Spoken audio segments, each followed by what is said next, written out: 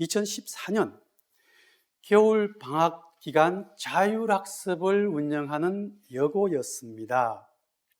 오후 2시경 화장실에서 앞으로 쓰러졌습니다.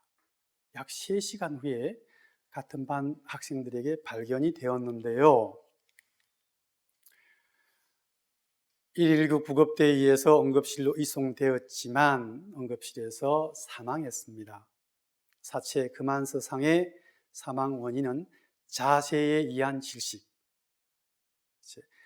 뇌전증, 간질로 인해서 앞으로 쓰러졌고 고개를 들지 못하고 기도가 막혀서 질식해서 사망했다는 거죠. 2011년도부터 뇌전증, 간질 치료를 받아왔고 치료 종료를 앞둔 시점이었다고 합니다. 자, 이 사고, 학교 안전사고에 해당할까요? 교육활동 중인가? 그렇죠? 교육활동 중 맞습니까? 학교장이 승인한 활동이면 교육활동. 자율학습은 학교장이 승인한 활동 맞죠? 네. 그런데 학교 안전공제회에서는 학교 안전사고에 해당하지 않는다고 결정했습니다. 쟁점을 살펴볼까요? 첫 번째 쟁점, 학교 안전사고의 해당 여부인데요. 학교 안전공제회의 논리는 이거였습니다. 이 사고는 지병으로 인한 사망이다. 교육활동과 전혀 무관하다. 그러니까 학교 안전사고에 해당하지 않는다는 거죠. 동의가 되시나요? 과연 법원에서는 어떻게 결정했을까요? 대법원에서는요, 명쾌합니다. 학교 안전법에서는 사고 발생의 원인에 관하여는 별도의 규정이 없다.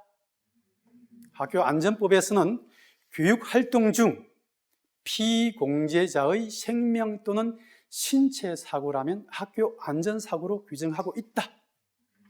그러니 이 사고는 학교 안전사고이다라는 거죠. 분명하죠? 두 번째 쟁점, 사망의 원인과 사고와의 인과관계입니다. 비록 학교 안전사고에 해당하더라도 이 사망이 학교 안전사고로 인해서 사망한 것이 분명해야 인정할 수 있다는 거죠. 학교 안전공제회는 이 학생의 사망은 안타깝게도 평소의 지병, 뇌전증, 간질로 인한 사망이지 학교 안전사고, 학교 교육활동과 직접적인 인과관계가 없다라는 겁니다. 동의가 되시나요? 그런가요? 대법원에서는요, 직접적인 인과관계가 없더라도 학교 안전사고가 사망의 주된 발생 원인에 겹쳐서 사망을 유발했다면 인과관계가 있다고 보아야 한다고 결정했습니다. 설명을 드리면 평소에 뇌전증, 간질이라는 질환이 있었지만 학교 자율학습 활동으로 인해서 그거와 겹쳐서 사망을 하게 되었다는 거죠. 그래서 수업, 시험 등 스트레스가 뇌전증하고 서로 겹쳐 사고를 일으킨 것이다. 따라서 사고와 사망 사이에는 상당한 인과관계가 있다고 본다. 이렇게 결정했습니다. 납득할 수 있는 결정이죠. 그날 자율학습에 참가하지 않았다면 사망하지 않았을 거다라는 이런 논리인 겁니다. 세 번째 쟁점인데요. 과실상계, 법률적인 용어인데요.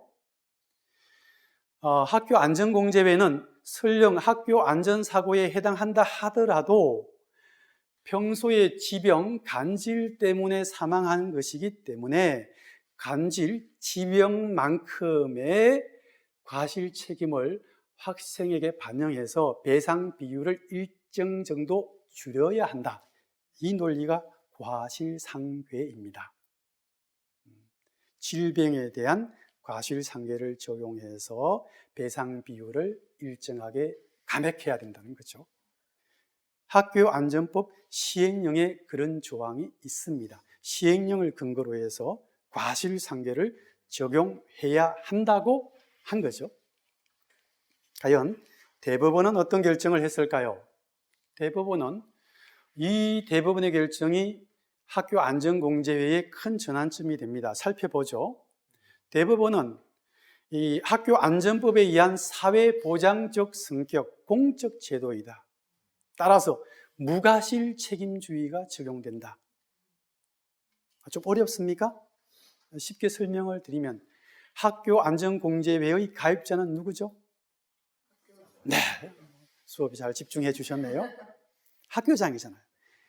학교장이 학교에서 벌어지는 사고에 대해서 학교장의 책임이 있는 것을 학교안전공제회에서 보상하는 거잖아요. 그렇죠? 그런데 무과실 책임주의란 공제 가입자인 학교장의 아무런 책임이 없는 사고에 대해서도 보상을 해야 된다는 거죠. 사실 이 사고에서 학교장의 책임이 있어 보입니까? 크게 있어 보이지는 않죠. 그렇죠? 학생의 지병이 많은 원인이기도 했습니다. 그렇다 하더라도 그 학생이 교육활동 중 교육활동과 뭔가 겹쳐서 사망했다면 학교안전공제회에서는 보상을 해야 된다는 논리죠. 무과실 책임주의. 일반 개인 손해보험회사와는 전혀 다른 논리입니다. 이해가 되시죠? 네. 그래서 학교안전법인 거죠. 대법원에서는 이 과실상계, 학생의 과실에 따라서 일정 비율 감액해야 된다는 이 시행령 규정은 법률에 근거가 없으므로 무효라 결정했습니다. 우리 헌법에서 국민의 권리를 제한하거나 의무를 부과하는 것은 반드시 법률에 근거해야 한다. 헌법에 규정되어 있습니다. 그런데 법률에서 시행령으로 정할 수 있도록 위임한 바가 없기 때문에 이 시행령은 무효, 위법이라는 거죠. 2016년도 판결이었습니다. 2016년도의 대법원의 이 판결 이후에 전국에 있는 모든 시도교육청의 학교안전공제회에서는 더 이상 과실상계를 적용하고 있지 않습니다. 그런데 아직도 3년이 지나가는데 그 시행령 규정을 개정하고 있지는 않습니다. 국회와 교육부가 게으름을 피고 있는 것 같습니다. 시행령 구조 2항을 보면요, 기존 질병이 악화된 때는 기존 질병에 해당하는 치료비만큼은 공제할 수 있다, 이런 규정이 있고요. 장애연금, 간병연금, 유족연금은 그 학생의 과실이 있다면 일정 비율 상계 감액할 수 있다고 되어 있습니다. 그런데 이 시행령이 위법이라고, 무효라고 판결한 거죠.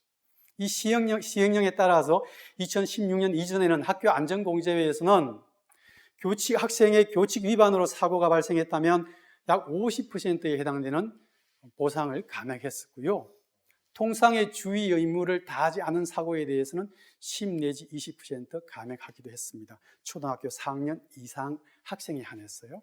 더 이상 이런 감액, 과실상계는 적용되고 있지 않습니다.